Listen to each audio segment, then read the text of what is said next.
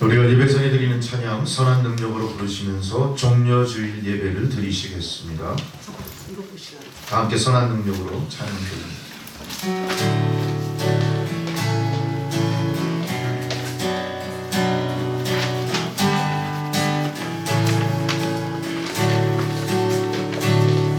그 선한 일을 고요히 감사요 그 놀라운 평화를 누리며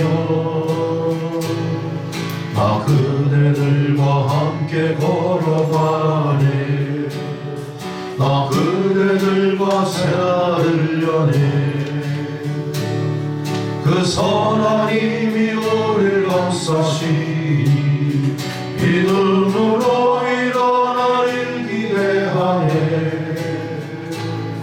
주 언제나 우리와 함께 계시오 하루 또 하루가 늘 새로워 지나간 어두운 어둠의 날들이 무겁게 내 영혼 짓눌러도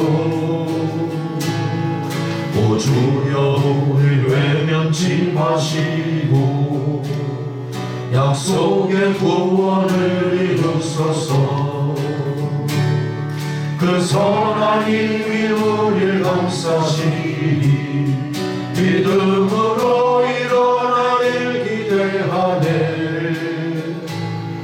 주 언제나 우리와 함께 계셔 하루 또 하루가 늘 새로워 주께서 밝히신 작은 촛불이 어둠을 헤치고 타오르네 그 빛에 우리 모두 하나 되어 온 누리에 비추게 하소서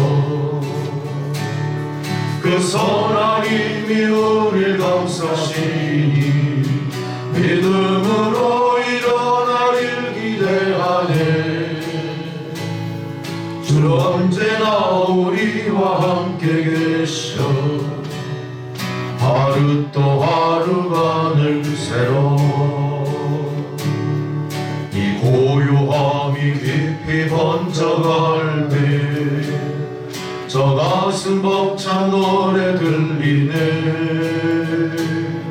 다시 하나가 되게 이끄소서 당신의 빛이 빛나는 이 밤 그 선한 힘이 우리 감싸시니 믿음으로 일어나길 기대하네 주 언제나 우리와 함께 계셔 하루 또 하루가 늘 새로워 다 함께 묵상기도 드리시겠습니다. 하나님은 우리의 피난처시요 힘이시니 환난 중에 만날 큰 도움이시라. 그러므로 땅이 변하든지 산이 흔들려 바다 가운데에 빠지든지 바닷물이 솟아나고 뛰놀든지 그것이 넘침으로 산이 흔들릴지라도 우리는 두려워하지 아니하리로다. 아멘. 찬송가 31장 부르시겠습니다.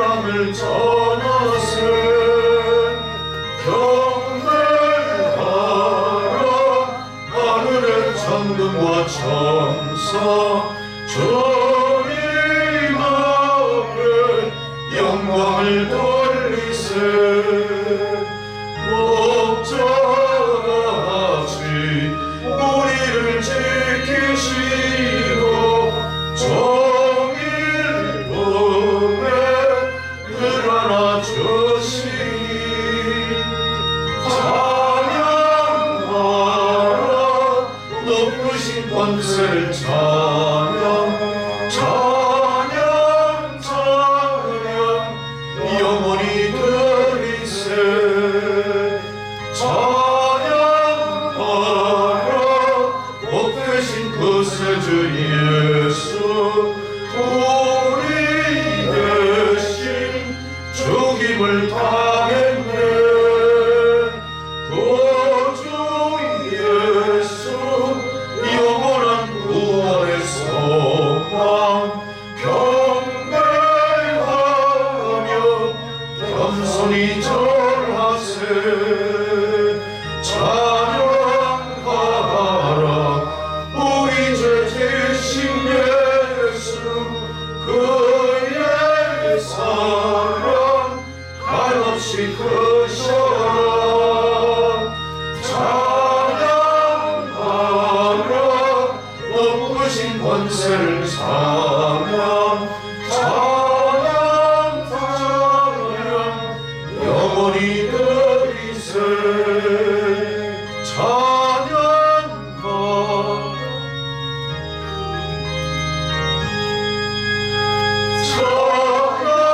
찬양하라 복 되신 구세주 예수 천사들아 즐겁게 찬양해 구주 예수 영원히 다스리시니 멸류관을 주 앞에 드리세 구주 예수 세상을 이기시고 영광 중에 또다시 오시리 찬양하라 높으신 권세를 찬양 찬양 찬양 영원히 드리세 아멘. 우리 함께 사도신경으로 우리의 신앙을 고백하시겠습니다. 나는 전능하신 아버지 하나님 천지의 창조주를 믿습니다. 나는 그의 유일하신 아들 우리 주 예수 그리스도를 믿습니다. 그는 성령으로 잉태되어 동정녀 마리아에게서 나시고 본디오 빌라도에게 고난을 받아 십자가에 못 박혀 죽으시고 장사된 지 사흘 만에 죽은 자 가운데서 다시 살아나셨으며 하늘에 오르시어 전능하신 아버지 하나님 우편에 앉아 계시다가 거기로부터 산자와 죽은 자를 심판하러 오십니다. 나는 성령을 믿으며 거룩한 공교회와 성도의 교제와 죄를 용서받는 것과 몸의 부활과 영생을 믿습니다. 아멘. 성시교독은 교독문 129권 종려주일 말씀입니다.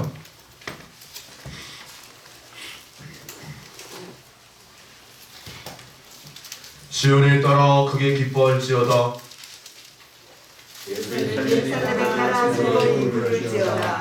보라 내 왕이 내게 임하시나니 그는 공의로우시며 구원을 베푸시며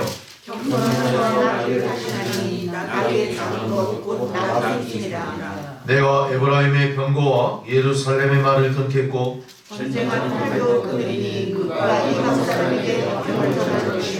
그의 통치는 바다에서 바다까지 이르고 앞에서 가고 뒤에서 따르는 무리가 소리 높여 이르되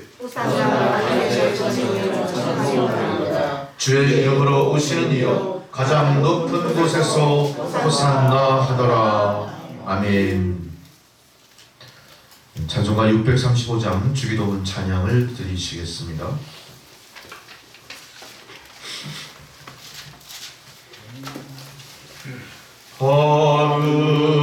하늘에 계신 아버지 이름 거룩하사 주님 나라 임하시고 뜻이 이루어지이다. 일용할 양식 주시고 우리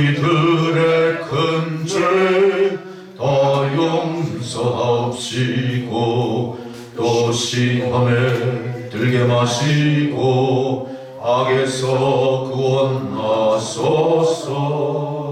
대개 주의 나라 주의 권세 주의 영광 영원히 아멘. 아멘. 할렐루야. 절기에 따른 성경 봉독입니다. 첫째 봉독 이사야 50장 4절에서 9절까지 말씀입니다.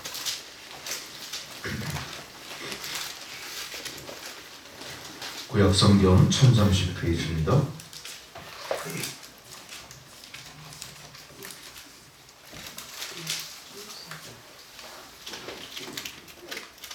주 여호와께서 학자들의 혀를 내게 주사 나로 권고한 자를 말로 어떻게 도와줄 줄을 알게 하시고 아침마다 깨우치시되 나의 귀를 깨우치사 학자들 같이 알아듣게 하시도다.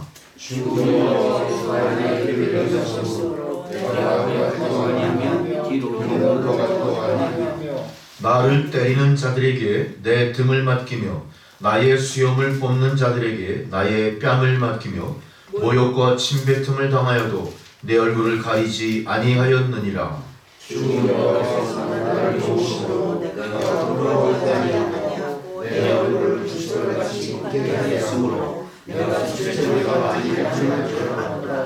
나를 의롭다 하시는 이가 가까이 계시니 나와 다툴 자가 누구냐?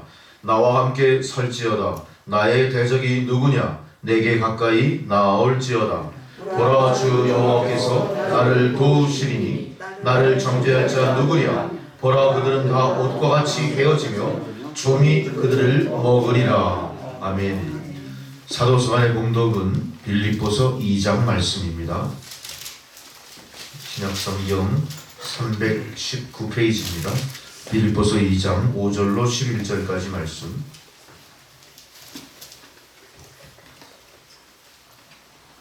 신약성경 319, 320페이지에 걸쳤습니다.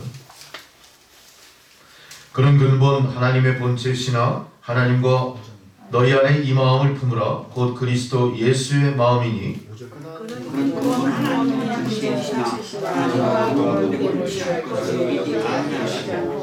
오히려 자기를 비워 종의 형체를 가지사 사람들과 같이 되셨고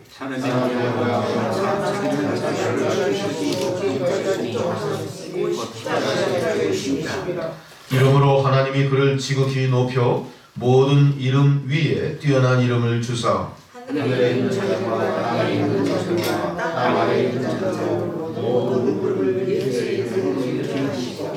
함께 있습니다. 모든 입으로 예수 그리스도를 주라 시인하여 하나님 아버지께 영광을 돌리게 하셨느니라. 아멘.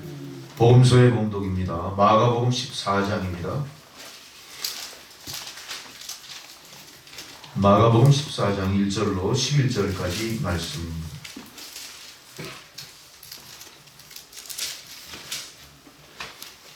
이틀이 지나면 유월절과 무교절이라 대제사장들과 서기관들이 예수를 흉계로 잡아 죽일 방도를 구하며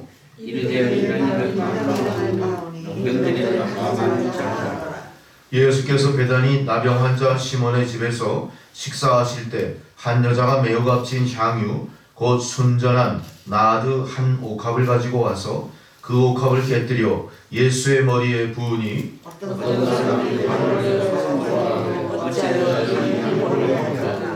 이 향유를 300데나리온 이상에 팔아 가난한 자들에게 줄 수 있었겠도다 하며 그 여자를 책망하는지라.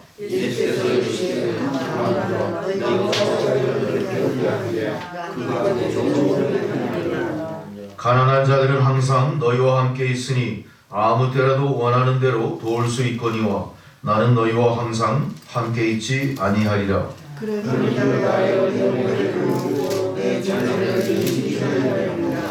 내가 진실로 너희에게 이르노니 온 천하에 어디서든지 복음이 전파되는 곳에서는 이 여자가 행한 일도 말하여 그를 기억하리라 하시니라.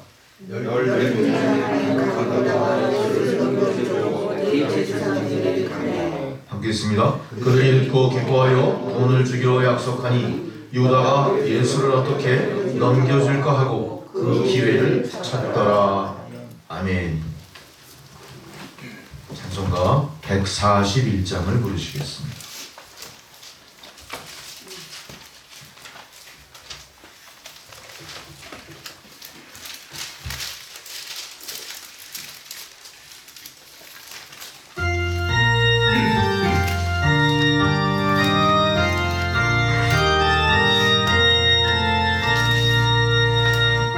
호산나 호산나 하늘에 부른다.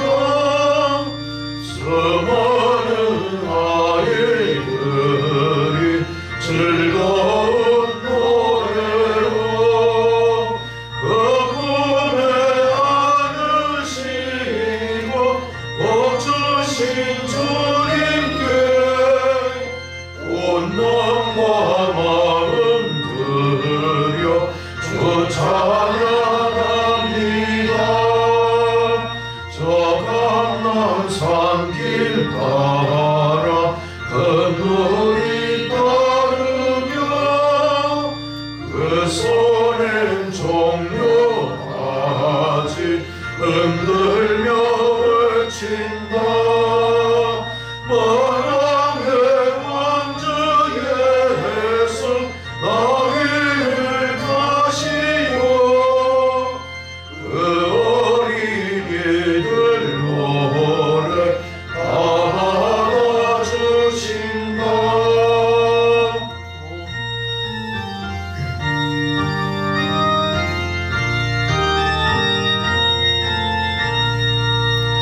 호산나 그의 노래 우리도 부르자.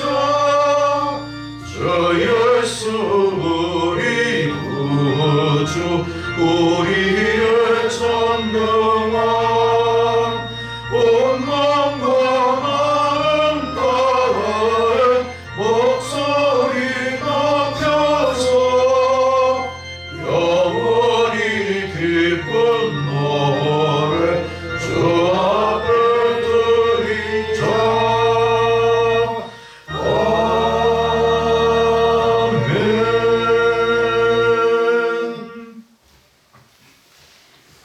하나님께서 오늘 저희들에게 주시는 생명의 말씀입니다.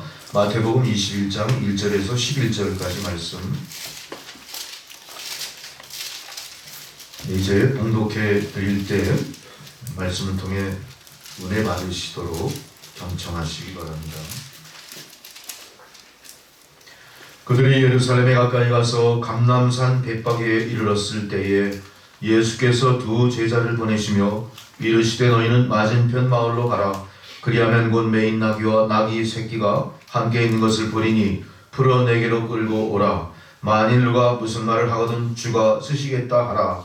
그리하면 즉시 보내리라 하시니 이는 선지자를 통하여 하신 말씀을 이루려 하심이라. 일러스되 시온 딸에게 이르기를 내 왕이 내게 임하나니 그는 겸손하여 나귀 곧 멍에 매는 짐승의 새끼를 탔도다 하라 하였느니라.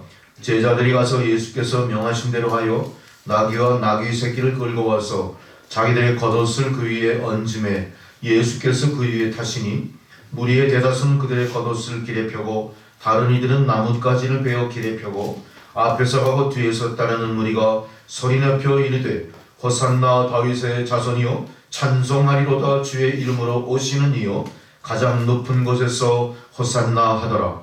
예수께서 예루살렘에 들어가시니 온 성이 소동하여 이르되 이는 누구냐 하거늘 무리가 이르되 갈릴리 나사렛에서 나온 선지자 예수라 하니라. 아멘. 함께 기도하시겠습니다.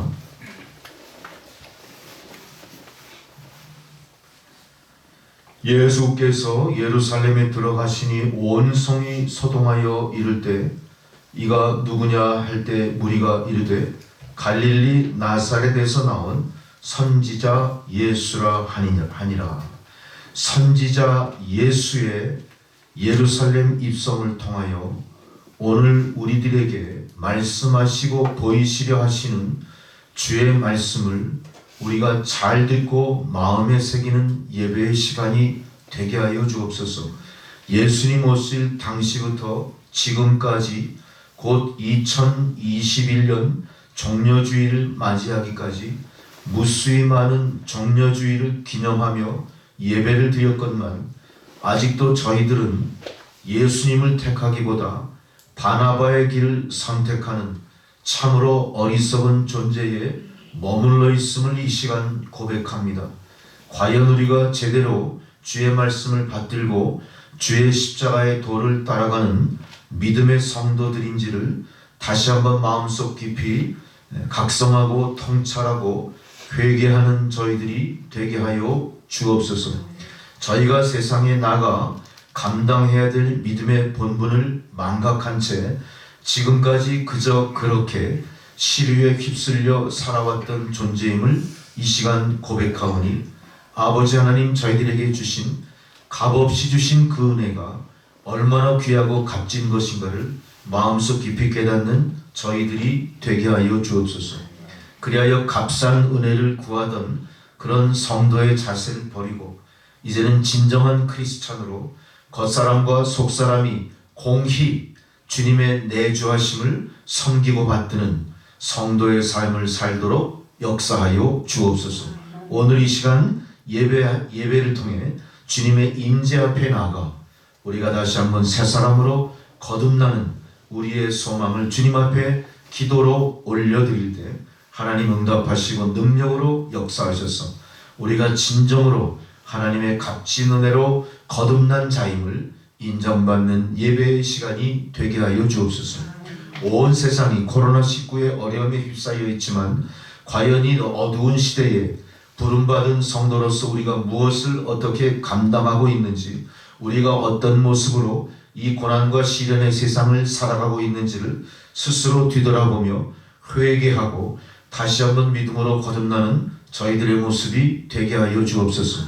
코로나19를 퇴치할 만한 방역의 여러 기법과 또한 백신이 개발되어 온 세상에 접종이 시작됐지만 아버지 하나님, 이 코로나19의 기세가 좀처럼 꺾이지 않는 그런 고난과 어두움 속에 온 인류가 휩싸여 있습니다. 하나님, 이 상황도 다 감찰하고 계실 줄 믿사오니 하나님 아버지, 이제는 하나님 아버지의 은혜와 사랑과 평강의 손길을 펼치셔서 오랜 동안 지치고 피곤하고 죽어가는 많은 백성들을 불쌍히 여기셔서 다시 한번 새 생명으로 이들을 살리시고 온 세상이 여호와 샬롬의 평강으로 회복이 되고 모든 사람들이 서로 손을 잡고 얼굴을 맞대고 주님을 찬양하는 그날이 속히 오게 하여 주옵소서.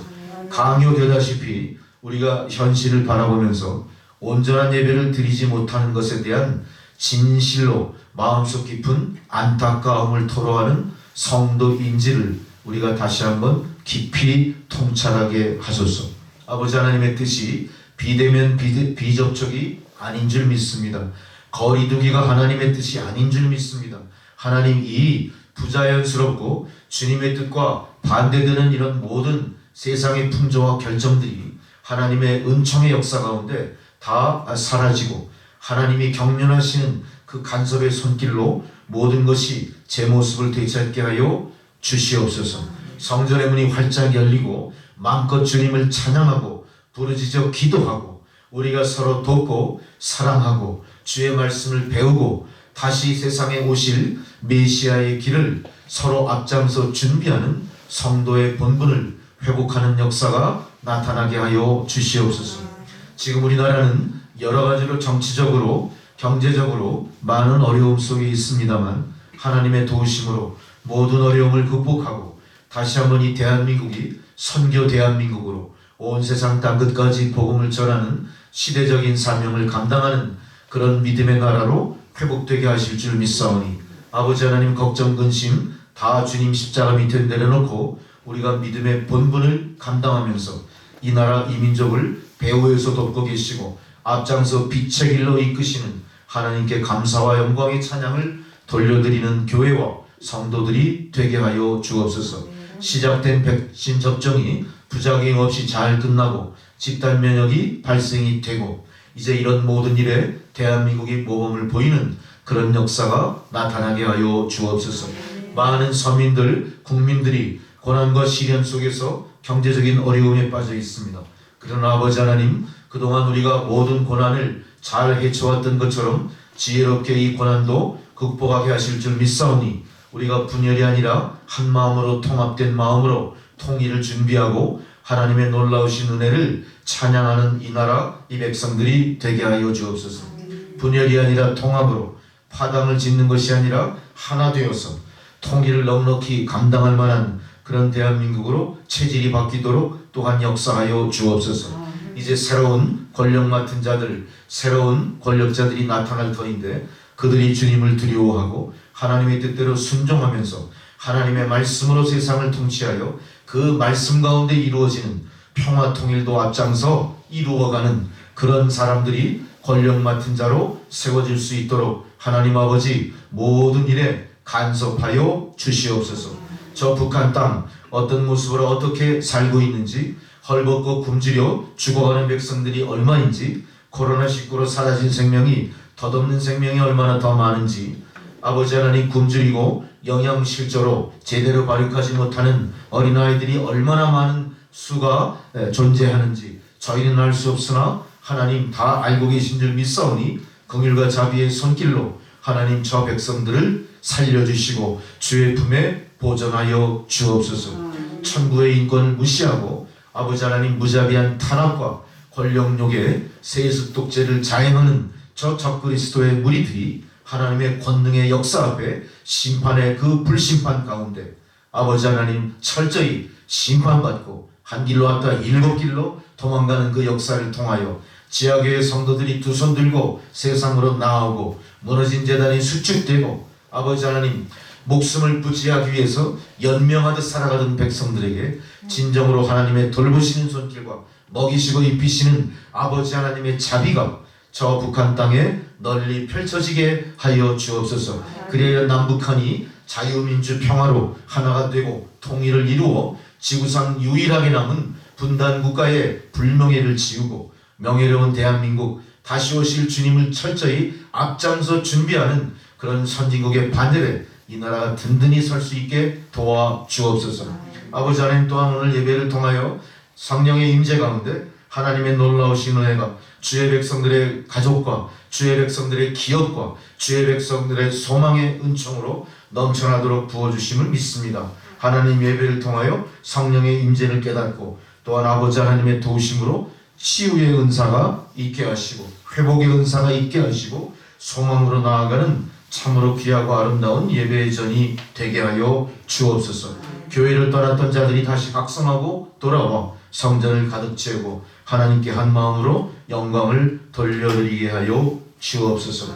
세봄과 더불어 만물이 소생하는 생명으로 넘쳐날 때에 성도들의 삶과 가정과 기업도 하나님의 생명과 부흥케 하시는 은총으로 넘쳐나 감사의 찬양을 드리게 하여 주옵소서.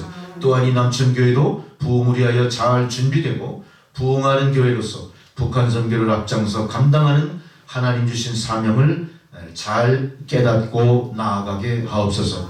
모든 것을 주님 앞에 온전히 의탁드리오며 예수 그리스도의 이름으로 기도드렸습니다. 아멘.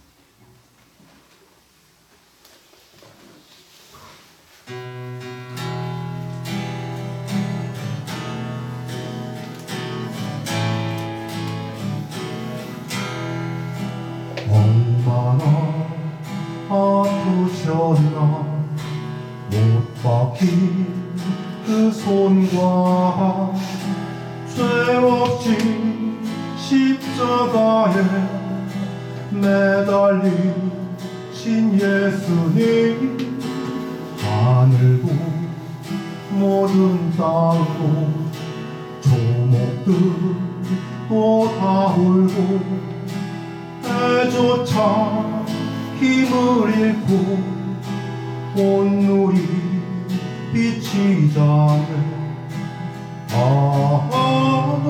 끝없어라 주의 사랑 언제나 영원토록 구원의 강물 흐르네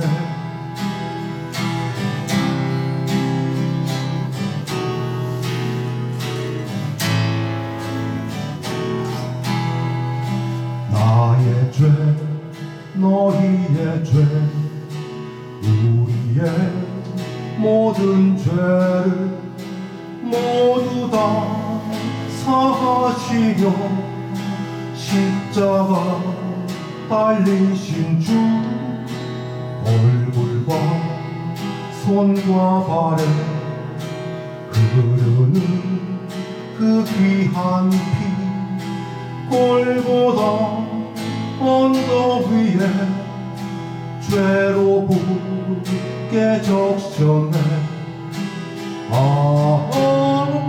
끝없어라 주의 사랑 언제나 영원토록 구원의 강물 흐르네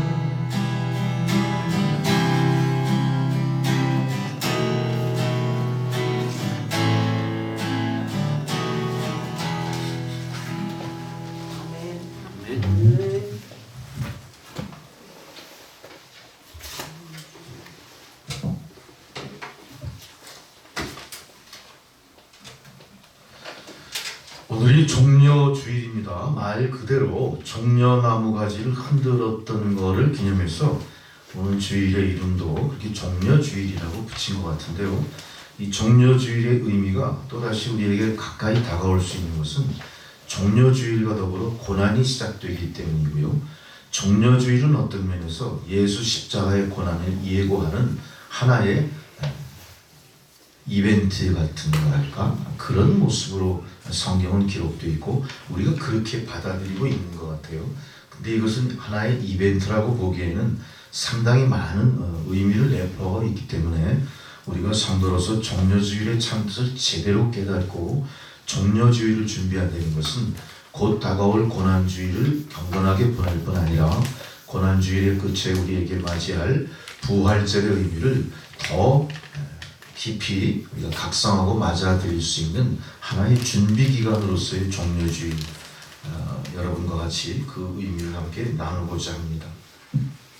종려주일 하면 우리가 제일 먼저 떠오르는 게 그 팜트리, 그 종려나무 가지를 흔든 것과 더불어 예수님이 타신 나귀 새끼의 의미를 알 수 있죠. 어쨌든 마태복음 기자가 기록한 이 종려주일의 그 어떤 여러 상황 속에는 예수께서 나귀 새끼를 타고 입성하셨다.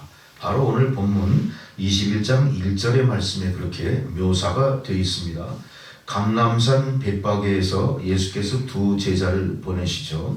그 벳바게라는 지점과 예루살렘 중간에 어느 지역이에요? 아직 몰라요. 지금은 관광지가 돼가지고 사람들이 여기가 종려나무 흔들고 예수님이 이제 예루살렘 입성하기 전에 가셨던 길이야 그러면서 거기서 돈을 많이 벌고 있죠. 관광지로.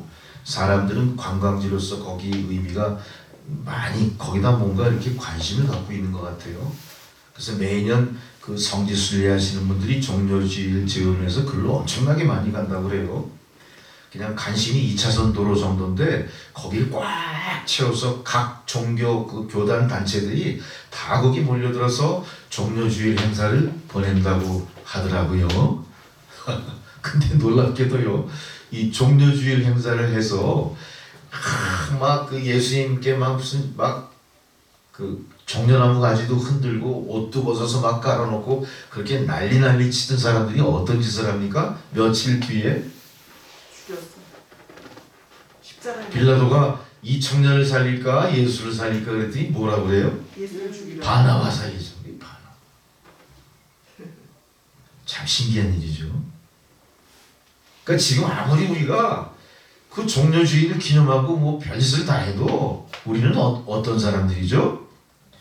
예수의 편이 아니라 바나바 편들이에요. 아직도 그 바나바 편에 선 사람들이 뭘 해요?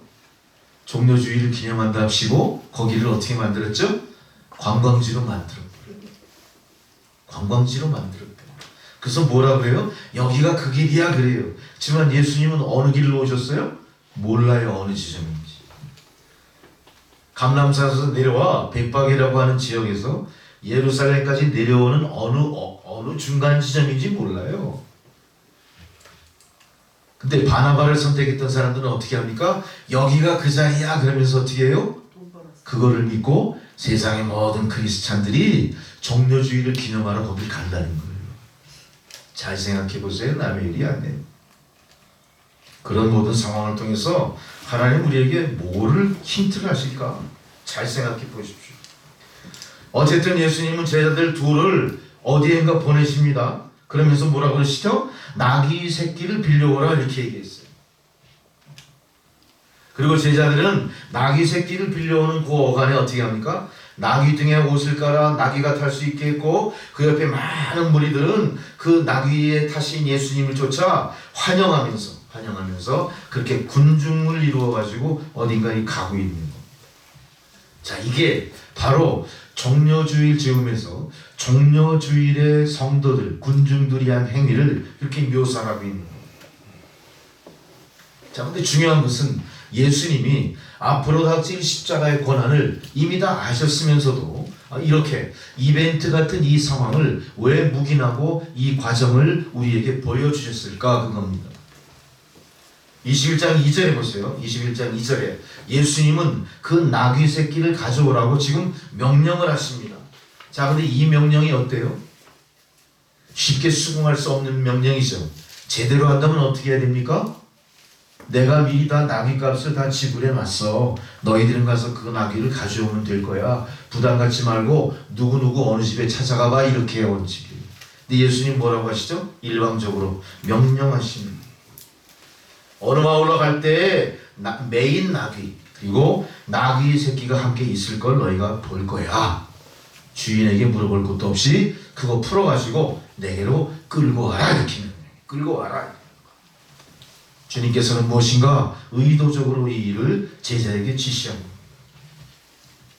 자, 근데 중요한 것은 이렇게 주님께서 나귀를 끌고 오라고 제자를 파송한 이 행위 자체가 지금 모든 상황으로 봤을 때 어떤 거예요? 곧 닥칠 십자가의 고난을 예견한다면 굉장히 위험한 짓이고 그 지시를 받은 제자들도 어때요? 갸웃거렸을 거예요. 아, 이상하다.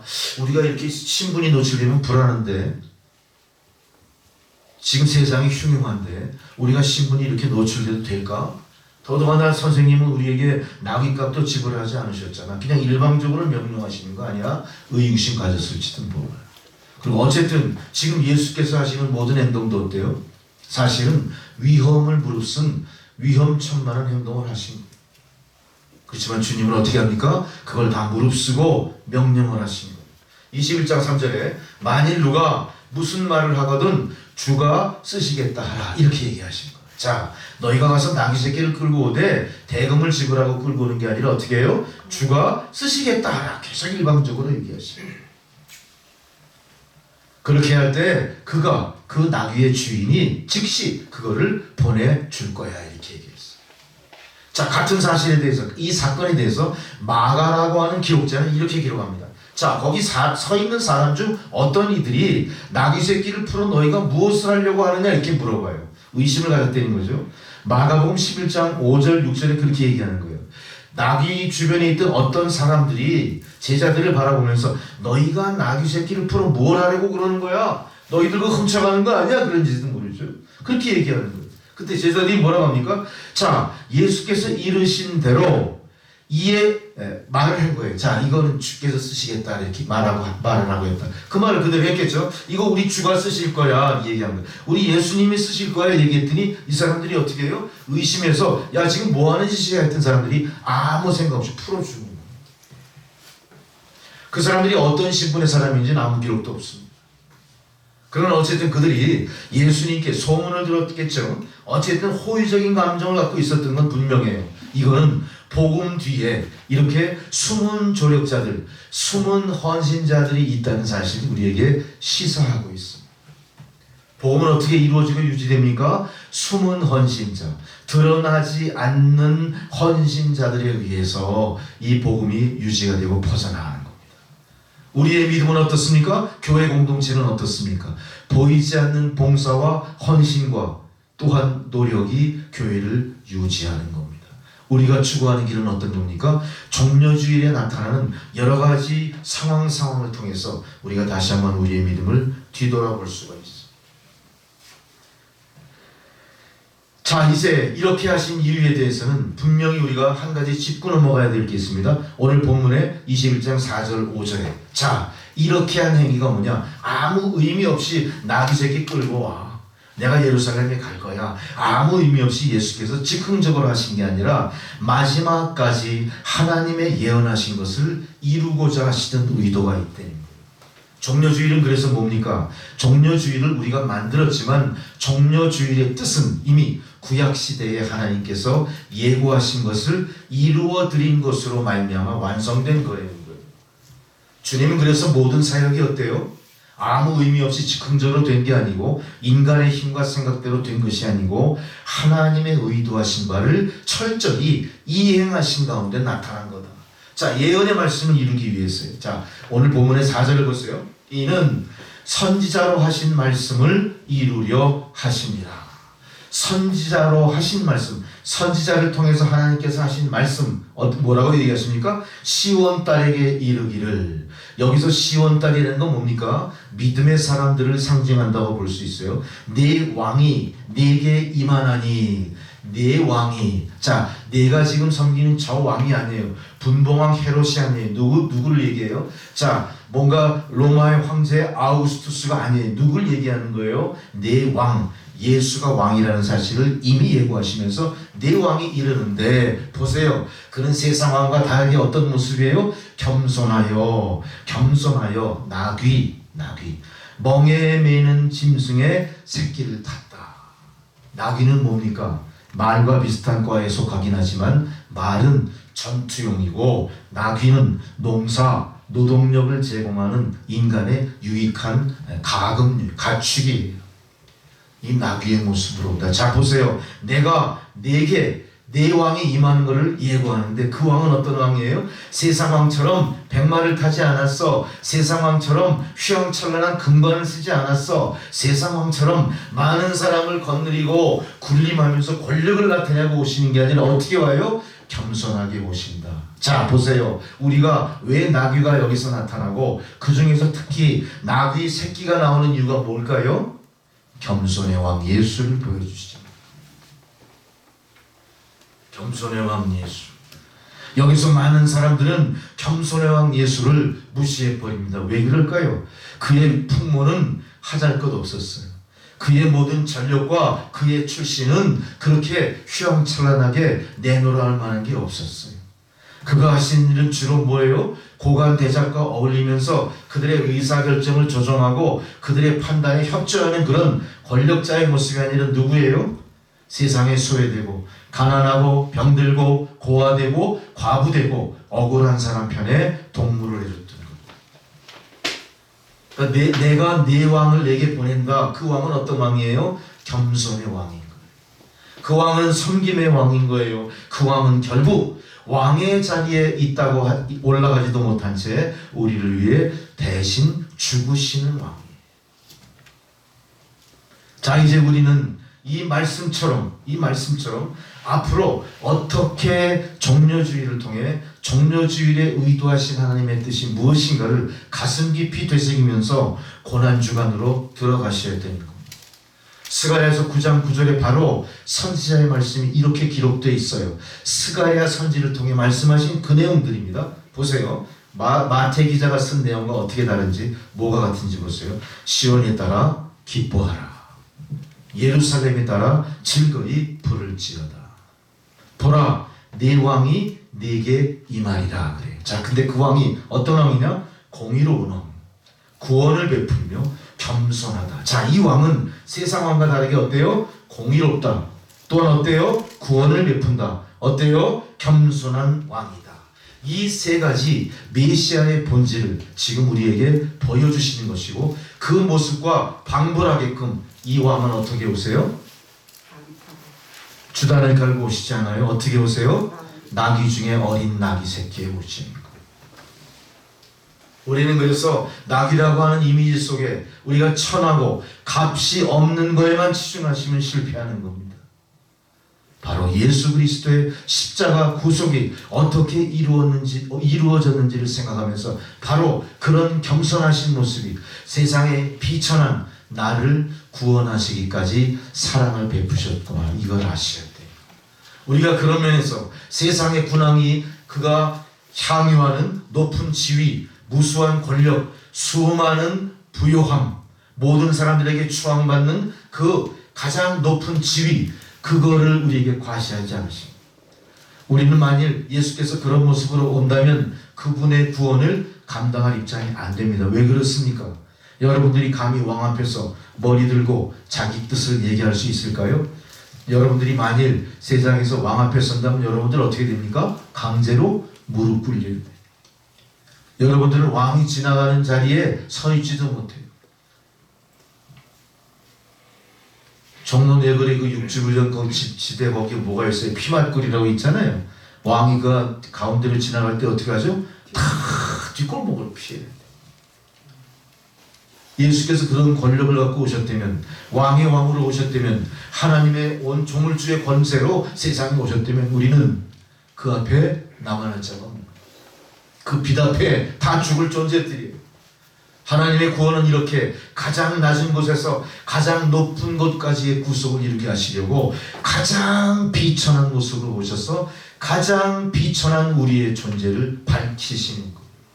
우리가 잘나서 구원받은 게 아닙니다. 우리가 좋은 일에서 구원받은 게 아닙니다. 우리는 하나님의 철저하신 은혜의 덕으로 구원을 받았다는 사실을 오늘 우리에게 다시 한번 보여주시는 거예요. 우리는 그래서 세상 앞에 나갔을 때 내가 예수 믿는 것에 대해서 특권의식 가지시면 안 돼. 오히려 나 같은 존재를 구원하신 하나님 앞에 값없이 주신 은혜를 갚기 위해 목숨을 거셔야 돼. 목숨을 거셔야 돼. 예수님은 이 모든 상황을 미리 다 아셨어요. 제자들에게 넌지시 얘기했지만 깊은 얘기는 하지 않으셨거든요. 이 종려주의를 통해서 예수가 바로 메시아시구나 하는 사실을 제자들에게는 다시 한번 상기시키고 세상에는 드디어 공표하시는 거예요. 자, 사실 예수님의 예루살렘 입성은요, 위험한 짓을 자초하신 거예요. 호랑이 굴로 스스로 들어가신 거나 마찬가지죠. 자, 종려주의를 있기 전에 모든 상황을 가만히 보세요. 예수님은 어떤 처지였습니까? 세상으로부터 엄청나게 핍박을 받았죠. 세상의 권력자들인 바리새인, 서기관들, 사두개인들, 그리고 종교 지도자들 어떻게 했어요? 그들이 계속해서 예수를 핍박하고 어떻게 하면 잡아 죽일까를 궁리하는 가운데 있었던 거예요. 자, 근데 오늘 예루살렘은 어떤 곳이에요? 그들의 아성이에요. 아성. 모든 유다 나라의 세력이 결집되어 있는 곳입니다. 거기는 특별한 사람만 삽니다. 거기에는 궁전이 있습니다. 거기에는 성전이 있습니다. 평범한 서민들은 거기 들어가 살지 못하는 거예요. 거기는 오히려 몇 년에 한 번씩 이루어지는 호적 때만 가서 구경하는 거예요.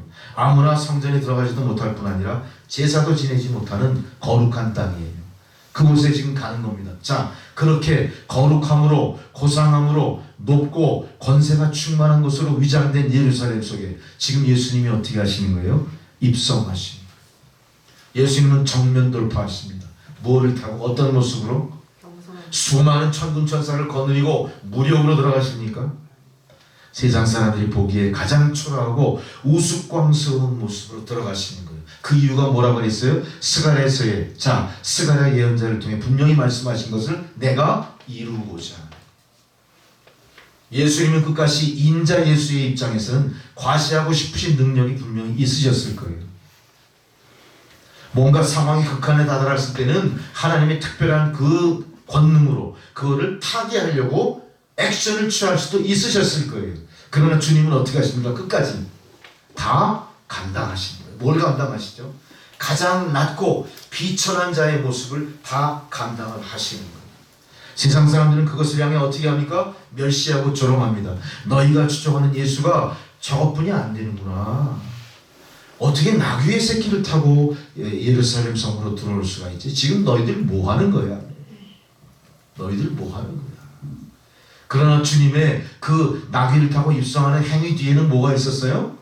자, 인간 예수의 판단이라고 봤을 때도 모든 멸시 조롱을 감당할 준비가 돼 있으셨고요. 자기의 신분이 노출됨으로 말미암아 죽을 수도 있다는 위험도 감수하면서 들어가신 거예요. 정면 돌파하신 겁니다. 머뭇거리지 않으셨습니다.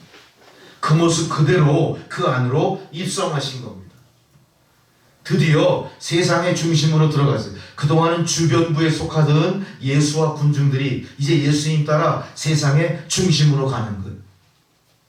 그동안 예수를 믿고 추종하던 사람들은 세상의 주변부, 세상에서 소외된 사람, 세상에서 가난하고 존재조차 부각되지 않는 사람들이었지만 오늘 예수님을 따라 어떻게 합니까? 당당하게 예루살렘으로 들어가는 겁니다.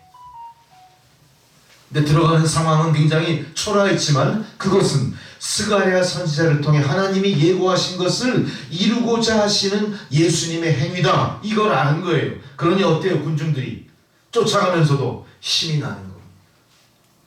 여러분, 우리가 온전한 믿음의 사람들이라면 예수님이 하시는 모든 일이 초라해 보이고 예수님이 나에게 행하시는 모든 일들이 자꾸 지연되는 것 같고 나에게 별 영향을 미치지 못하는 것 같고 감동이 없다고 해서 주저앉거나 포기한다면 여러분은 예루살렘에 들어갈 수가 없는 겁니다. 어쩌면 세상은 그 초라한 몰골 때문에 예루살렘을 지키던 세상 권력이 성문을 열어줬을지도 몰라요. 왜? 저들은 별거 아니구나. 그것이 고도의 전술이고 전략인지는 몰라도 어쨌든 가장 중요한 것은 하나님께서 스가랴 선지를 통해 약속하신 것을 이루어내신 것이다. 여러분, 우리가 하나님의 약속의 말씀을 붙잡고 있는 성도들이면 여러분의 현재 상황이 어떻든 간에 우리는 끝까지 뭘 믿어야 됩니까? 주님이 나귀 새끼를 타고 오시더라도 그분은 왕의 왕이시다. 이 사실을 잊어서는 안 됩니다. 우리가 아무리 힘들고 어려운 처지에 있고 가난에 처해 있고 세력이 미미하다고 해서 우리는 별것도 아닌 걸 거야. 이제 여기서 그만하고 더 큰 은혜, 더 큰 믿음, 더 큰 권력을 찾아 나가자. 좋아요. 개교회를 찾아 헤매는 여러분 가능합니다. 다른 신을 찾아 나를 위탁하는 행위 가능합니다. 그러나 가장 중요한 건 뭡니까? 하나님의 사랑과 하나님의 정하신 길에서 여러분은 벗어나 버린 게 되는 거예요. 여러분은 예루살렘에 들어간 것 같지만 결국은 예루살렘을 장악한 세상 권력에 투옥될 거예요. 왜?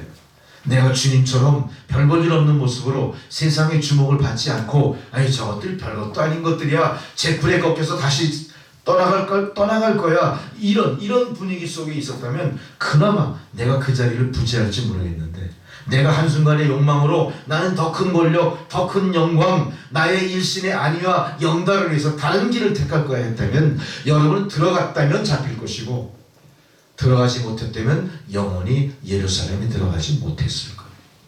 이게 예수님께서 우리에게 보이신 그 행위의 신비고 예수님이 갖고 계신 또 다른 천국의 가치를 보여주신 거예요. 그걸 몸으로 다 보여주신 겁니다. 이제 주님은 드디어 예루살렘 입성을 통해서 나귀를 타시고 옴으로 말미암아 스가랴 선지자의 예언이 바로 주님의 행위와 일치됨을 보이셨어요. 주님이 그래서 공의의 왕으로 세상에 오셔서 공의를 바로 예루살렘 성에 선포하는 겁니다. 이 공의를 선포하시는 예수 앞에 세상의 군왕은 깜짝 놀랐을 거예요. 왜? 그 사람은 공의의 왕이 아니거든. 오늘 예수께서 예루살렘에 들어가 구원을 선포할 때 세상의 왕은 구원을 선포하는 예수 앞에 깜짝 놀랐습니다. 왜? 세상의 왕은 구원을 선포할 수 없거든. 세상의 왕은 예수님의 겸손한 나귀를 타고 오시는 모습을 통해 깜짝 놀랐을 거예요. 왜 그렇습니까? 세상의 군왕은 나귀를 타지 않습니다. 백마를 탑니다. 많은 군사를 거느리고 자기의 권력을 과시합니다. 그러나 오늘 하나님이 정하신 진정한 왕의 왕은 공의의 왕으로 구원을 베풀며 겸손하여 우리와 함께 예루살렘으로 들어가셨던 겁니다. 그리하여 바로 마태복음 21장 오늘 5절의 말씀에도 내 왕이 내게 임하나니 이 말씀이 거기서 이루어진 거예요. 자, 내 왕이 내게 임했다. 우리의 왕이 어떤 왕이에요?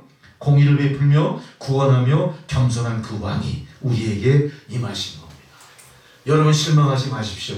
나귀를 타고 아무 위엄과 영광도 없는 왕이 우리의 왕이라고 실망하실 게 아니라 그 왕이 바로 하나님이 정하신 왕이라는 사실, 이걸 잊지 마셔야 됩니다. 세상 군왕은 누가 정해요? 인간이 정하는 겁니다. 인간이 복속돼서 왕이 된 겁니다. 그러나 오늘 메시아는 어떤 분이세요?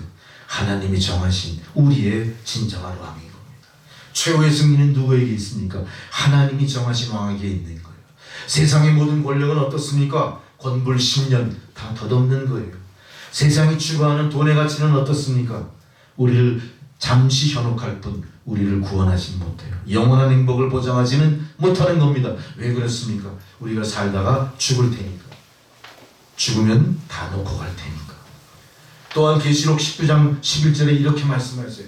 후에 주님은 만왕의 왕으로 오시는데 그때는 백마를 타고 오실 것이다. 여러분 마음속에 그려보는 그 이미지대로 우리의 그 이미지의 예수의 모습이 항상 어린 나귀 새끼를 타는 모습이 아니라는 거예요. 다시 이 세상에 재림 예수로 오실 때는 어떻게 오세요? 심판하러 오시기 때문에 백마를 타고 오시는 거예요.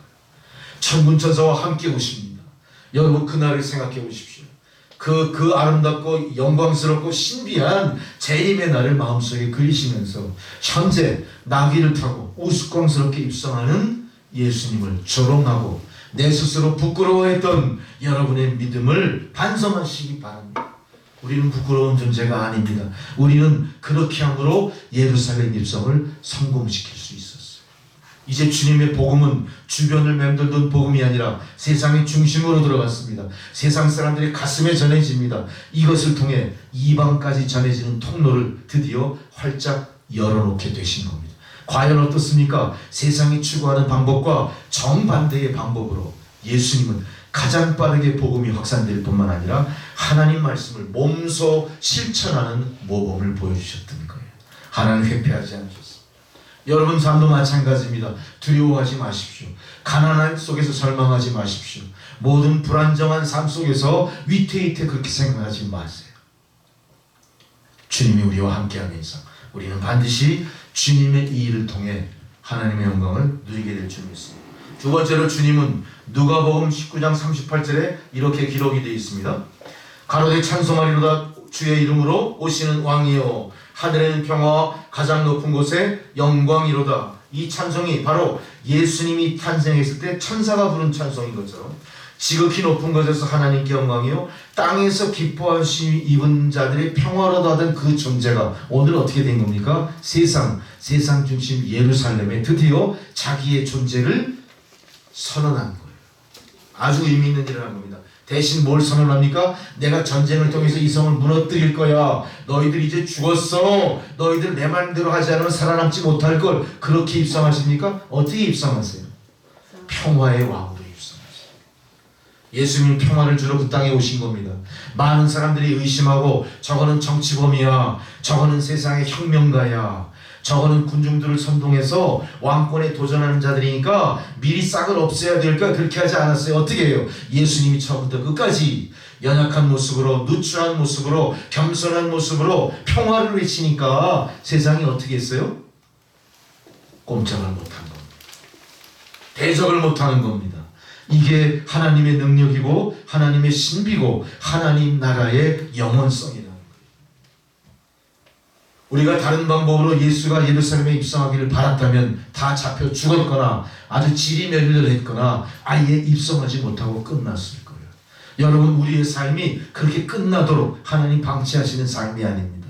오늘 예수께서 예루살렘 입성을 이루어내시고 이제 십자가의 고난을 받아 인류를 구속했던 그 어마어마한 일을 전무후무한 일을 우리에게 보이신 것처럼 우리에게도 주님이 하시는 그 일이 있다는 사실들이에요.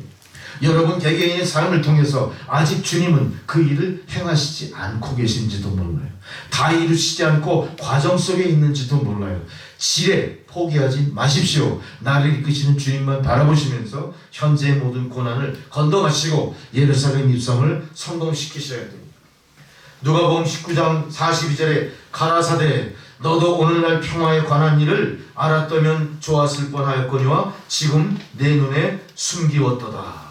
평화에 관한 일을 알지 못했던 자들은 어떻게 해요? 가룟 유다는 예수님을 팔아먹었고 베드로는 3번이나 부인하면서 제자도를 스스로 거부해버린 일이 벌어지는 거예요. 여러분, 우리는 처음부터 끝까지 평화의 왕 예수를 쫓아가는 십자가의 사도들입니다. 그의 제자들입니다. 우리는 어떤 일이 있어도 이 평화를 유지할 뿐 아니라 선포하는 일에 앞장서셔야 될 거예요. 그게 개인의 삶이든 가정이든 사회든 공동체든 우리는 항상 평화의 사도로서 그 의무를 다하셔야 됩니다.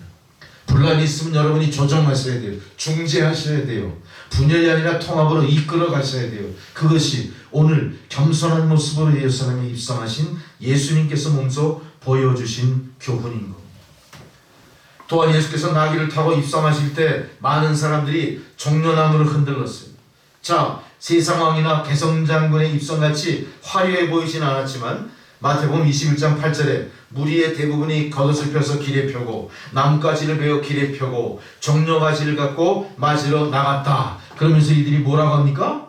종려나무를 흔들 뿐만 아니라 호산나 그래요. 호산나 그래요. 자, 보십시오. 6월절이 되면 예루살렘에 경양각지에 흩어졌던 많은 사람들이 몰려듭니다. 6월절에 호적도 세로하고 6월절에 고향을 찾아오는 거예요. 자, 신학자들이 연구해 본 결과 보통 250만 명에서 300만 명이 몰려든대요. 생각해 보세요. 250만 명, 300만 명, 일시에 그 사람들이 올라와요. 어떻겠습니까? 그 광경이 스펙터클한 어마어마한 거예요. 어마어마한 거예요. 자, 그 안에 예수님의 입성은 몇 명일까요? 한 100만 명 될까요? 수천 명도 안 될 것 같다. 그래도 주님은 어때요? 절대 위축되지 않았어요. 수백만 명 앞에 들어가십니다. 그러니까 수백만 명이 모여든 그 6월절을 축하하러 몰려든 많은 사람들 앞에서 지금 이 사람들은 어떻게 해요? 겉옷을 펴서 자리에 깔고 길에 깔고 나무가지를 꺾어서 거기 양탄자처럼 깔고 거기 가만 보니까 예수님이 나귀 새끼에 올라타죠. 보세요. 여러분 보세요. 여러분 보세요. 수백만이 200만에서 300만이 모인 그 군중 속에 이들이 눈에 띄겠습니까? 어떻게 보면 우리는 어떻게 해야 돼? 이 상황에서 포기해야 돼. 포기해야 돼. 야, 다음에 하자 그래야 돼. 야, 6월절 좀 지나고 하자. 뭐 예루살렘 입성이 뭐 이렇게 심한. 자, 그럼에도 불구하고 6월절에 들어가신 이유는 뭐예요? 오늘 뭘 갖고 들어가요? 평화를 선포하러 들어가시죠. 세상 왕이 하지 않는 평화를 선포하러 가시는 거예요. 공의를 선포하러 가시는 거예요. 구원을 선포하러 가시는 거예요. 용서하러 들어가시는 거예요. 수백만이 아니라 수천만 명이 모여도 주님은 어떻게 하세요? 그 일을 하시는 거예요. 우리는 혼자라고 두려워할 게 없습니다. 작다고 무시당해도 그거 극복하셔야 돼요. 가난해도 하셔야 돼요. 바빠도 하셔야 돼요. 그래야 예루살렘에 들어갈 수 있는 겁니다. 그게 종려주일날 우리에게 하나님이 권고하시는 거예요. 너희들 두려워하지 마. 주님이 예고하신 일들을 감당하는 걸 하나님 기뻐하시는 거예요. 우리는 아직도 예루살렘에 들어가지 못하고 예루살렘 밖에서 서성이고 있어요. 왜 서성입니까? 그 안에 권력이 무서워. 그 안에 권력과 내가 너무 상대적으로 미미하고 창피하니까 못 들어가는 거예요. 거기 주님이 계십니까? 주님은 어디 계세요? 주님은 그럼에도 불구하고 본시 하나님이셨던 분이 가장 세상 사람들이 멸시하고 조롱할 모습으로 들어가셨잖아요. 예수님이 십자가에 달려 돌아가실 때 겉옷마저도 전부 갈갈이 찢어져서 나누어져 받는 철저한 헌신을 보이셨잖아요. 우리가 추워라도 그런 잘못된 생각들이 있다면 예루살렘 입성할 수가 없습니다. 우리의 목적은 예루살렘에 가서 주님의 십자가를 세우고 하나님 말씀을 선포하여 하나님으로부터 과연 나의 백성이다 인정받는 데까지가 우리의 삶의 목표가 돼야 되는 거예요. 그런 면에서 우리는 오늘 바로 이 예루살렘 입성하신 예수를 통해서 다시 한번 우리가 처한 이 상황을 뒤돌아보시면서 이 상황에서 나는 어떤 행동을 하고 있는가, 이 상황에서 나는 왜 주저하고 있는가, 이 상황에서 왜 나는 하나님의 사랑에서 스스로 멀어져 있는가를 깊이 각성하셔야 돼요. 우리는 나를 위해서 희생하신 예수님처럼 과연 나의 희생이 예수님의 희생과 어떤 의미가 있고 어떤 연결점 위에 있는지를 깊이 통찰하셔야 돼요. 여러분, 뭘 희생하셨습니까? 여러분, 무엇을 포기하셨습니까? 여러분 스스로 얼마나 주님처럼 낮아지려고 겸손해지려고 애를 쓰셨습니까? 오늘 이 예수님 앞에 호산나 부르면서 종려나무까지를 흔들던 사람 중에는 이런 사람들도 있었어요. 자, 요한복음 12장 9절에 유대인의 큰 무리가 예수께서 여기 온 줄 아고 이는 예수만 위함이 아니고 죽은 자 가운데 살리신 나사로도 보려 함이라. 자, 사람 군중들은 예수를 위해서 종려나무까지 흔들었지만 거긴 예수님 말고 누굴 보려고 했어요? 죽은 지 3일 지난 자를 살린 그 나사로. 야, 나사로가 살아났대. 그 얼굴 좀 한번 보자고 몰려든 거예요. 그들이 거기 섞여 있었대. 그들은 주님의 기적이 관심이 있었던 것이지 주님의 경선, 주님의 공의, 주님의 구원, 주님의 평화는 아무 생각도 없었던 거예요. 주님이 과연 왕의 왕이신지 하나님이 정하셨음에도 그들은 그거 생각하지 않습니다. 그들의 관심은 뭐예요? 하나님의 신비, 죽은 자가 살아났다는 사실을 확인하고 싶은 것에 머물러 있었던 거예요. 여러분, 이것은 바로 보네포 목사가 얘기했던 값싼 은혜의 또 다른 모습인 거예요. 여러분, 우리가 구원받은 그 구원의 가치가 죽었다 살아난 나사로의 회생과 과연 결부시킬 수 있겠습니까? 경중을 가릴 수 있겠습니까? 무엇이 더 크고 높고 위대하고 가치 있는 일일까? 확실히 깨달아 아셔야 돼요. 여러분 개인의 삶이, 여러분이 취하던 연락이, 여러분이 고소하고자 하는 여러분의 자아중심 사상이, 여러분의 이데올로기가 하나님의 구원의 값어치와 경중을 비교할 때 별 볼 일 없어요? 커요? 높아요? 한번 재보세요. 주님 말씀하십니다. 부자 청년이 어떻게 하면 천국에 들어갈까요? 할 때 뭐라 그래요? 내가 갖고 있는 거 다 팔고 나에게 십자가 지고 나 쫓아오라 이럴 때 그 제자 청년 어떻게 해요? 말없이 돌아가 버리는 거예요. 그 청년은 하나님의 구원이 자기의 재산 정도와 비견될 줄로 착각한 거예요. 그런 값싼 은혜가 아니라는 사실. 저는 그래서 오늘 말씀을 준비하면서 이 중간에 보네포 그 목사님이 설파하신 값싼 은혜, 그것이 오늘날 교회에 얼마나 우리에게 치명적이고 우리 개인의 믿음을 얼마나 주저하게 만드는가를 알았어요. 여러분, 우리는 이미 은혜를 받은 자예요. 뭘 더 거기서 추구합니까? 우리가 예수 열심히 잘 믿으면 병든 자가 살아나고 가난한 자가 부유하게 되고 억울한 자가 하나님의 대변으로 풀려나는 것, 그것이 내가 추구하는 가치의 최종적인 것일까요? 그렇게 돼서는 안 된다는 거예요. 하나님이 나를 인정하시고 일방적으로 내린 은혜 가운데 나를 어떻게든 끌고 가시려고 하는 그 노력에 비한다면 우리가 세상에서 아무리 몸부림치고 세상에서 아무리 많은 것을 주 앞에 드린들 그 은혜와 비견할 수 있겠습니까? 여러분은 이미 은혜 받은 사람들이야. 하나님의 이 놀라운 값진 은혜를 세상의 값싼 값어치와 맞교환하지 마세요. 그것은 우리 신앙의 독입니다. 우리 신앙의 마약입니다. 우리 신앙에 우리 스스로를 알지 못하는 사이에 나를 스스로 무너뜨리는 믿음의 침륜으로 빠지게 하는 함정이래. 함정에 빠지지 마십시오.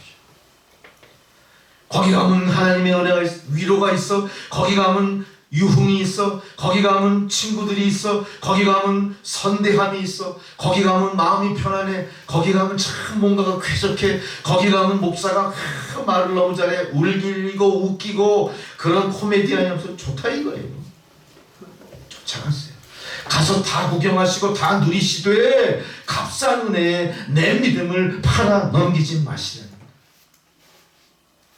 내가 받은 하나님의 택하심, 나에게 주신 예수 그리스도 보혈의 대속의 피, 그거는 무엇과도 바꿀 수 없는 가장 큰 하나님의 은혜라는 사실을 오늘 종려주의를 맞아 여러분이 다시 깊이 마음속에 각성하시기 바랍니다. 아멘. 자, 보십시오. 오늘 예수님을 메시아로 환영하는 오늘의 환영이 우리가 보기에는 값없어 보이고 유치해 보이고 위험이 없어 보였지만 이것이 올바른 백성들의 환영이라는 걸 알았어요. 자 보세요. 요한복음 1장 41절에 그가 먼저 자기 형제 시몬을 찾아 말하되 우리가 메시아를 만났다. 메시아는 곧 그리스도시죠. 시몬 베드로가 대답하여 얘기합니다. 주는 그리스도시요 살아계신 하나님의 아들이시니이다. 자 이렇게 메시아를 제대로 환영하는 사람들이 바로 예수가 구주이심을 간증할 수 있는, 증거할 수 있는 거예요. 여러분이 교회에 나가서 십자가의 도를 가는 성도라면 여러분은 어느 때고 어떤 상황이고 예수가 그리스도이심을 증거할 수 있어야 돼요. 그 예수를 통해 이분이 세상을 구원하시는 구세주인 사실을 여러분 알리셔야 돼요. 오늘 이 백성들은 바로 이 예수가 구원주이고 평화의 왕이고 승리자라는 사실을 알았지만 놀랍게도 단 불과 일주일 되는 그 사이에 어떻게 합니까? 예수가 아니라 바나바의 길 가버린 거예요. 그런 의미에서 종려주일은 어떻습니까? 우리에게 미완의 종려주일이, 실패한 종려주일이, 주님이 실패한 게 아닙니다. 종려주일의 군중으로 주님을 따르던 우리의 행위가 실패한 거예요.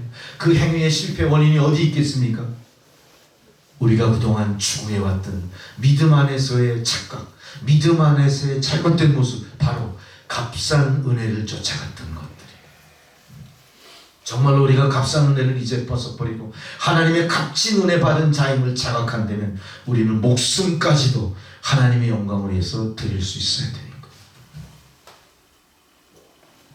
여러분 오늘 예수께서 예루살렘에 입성하신 것처럼 우리가 다 함께 예루살렘에 입성하기 위해서 예루살렘에 입성하지 못하게 하는 잘못된 모든 것들 성 밖에 다 내려놔야 돼요.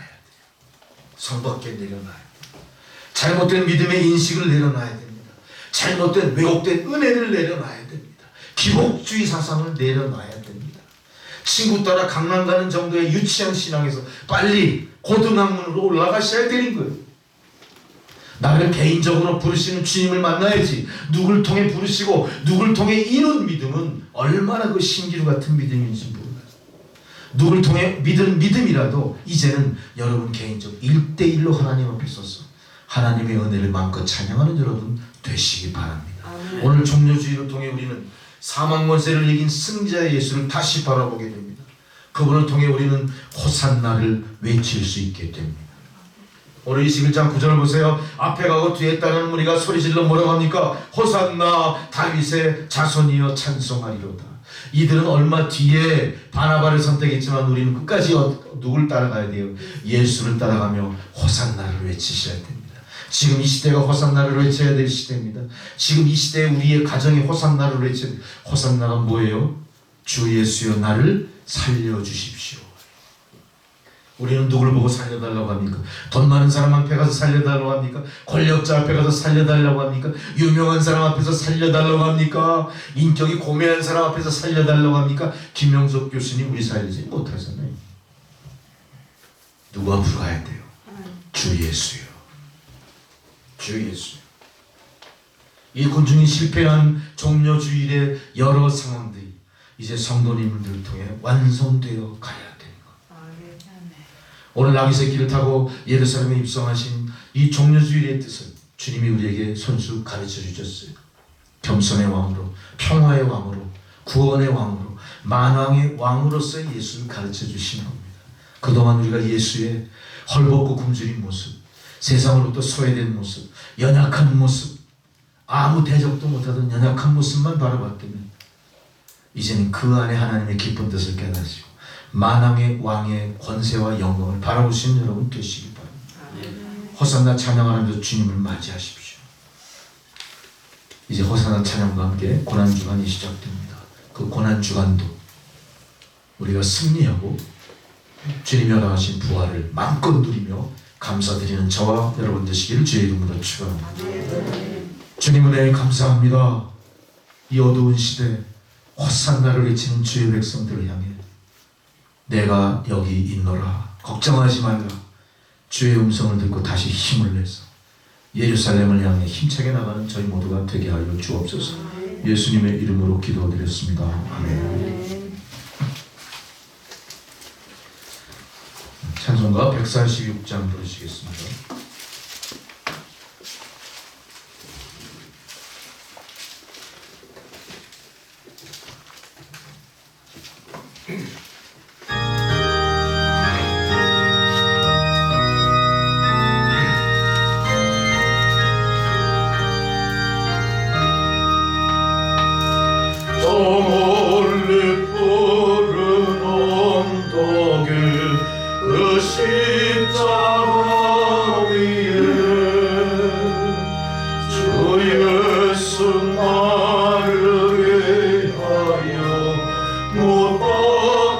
있었도다. 그 귀한 주의 사랑이 날 구원하시니 그 사랑마다 저 위에 힘쓰리. 그 흉한 십자가에서 한없는 고통을 이 세상 사람 위하여 당하신 것일세. 그 귀한 주의 사랑이 날 구원하시니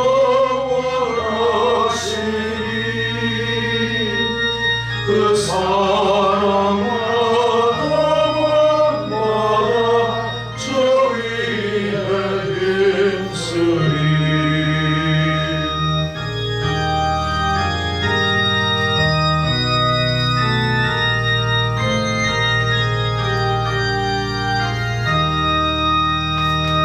그 흘린 보배 길어서 날 성량했으니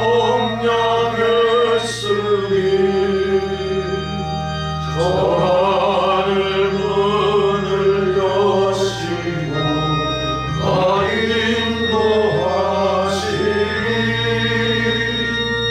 그 귀한 주의 사랑이 날 구원하시니 그 사랑마다 밤마다 저 위에 힘쓰리.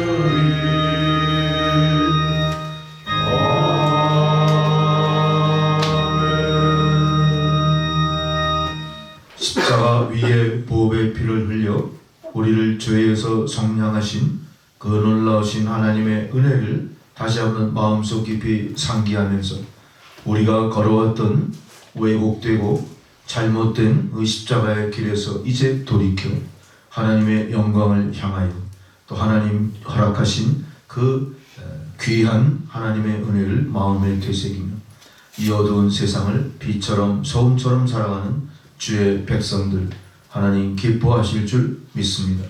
오늘 그 백성들이 성전으로 올라오며 하나님 베푸신 은혜를 성별하여 예물을 바쳤습니다. 하나님 예물이 사용되어지는 곳에 하나님의 인자와 자비, 사랑과 긍휼이 여기심이 충만케 하옵소서. 드린 손길들을 축복하셔서 온갖 세상 고난 가운데서도 빛이 되고 소금이 될 뿐 아니라 하나님의 축복을 세상에 유통하는 통로로서 그러한 삶을 영위하는 형통의 삶을 허락하옵소서. 감사드리오며 예수님의 이름으로 기도드렸습니다. 아멘. 제가 이번 주일날은 주보를 준비하면서 지난 주일 개수를 올리지 못했어요.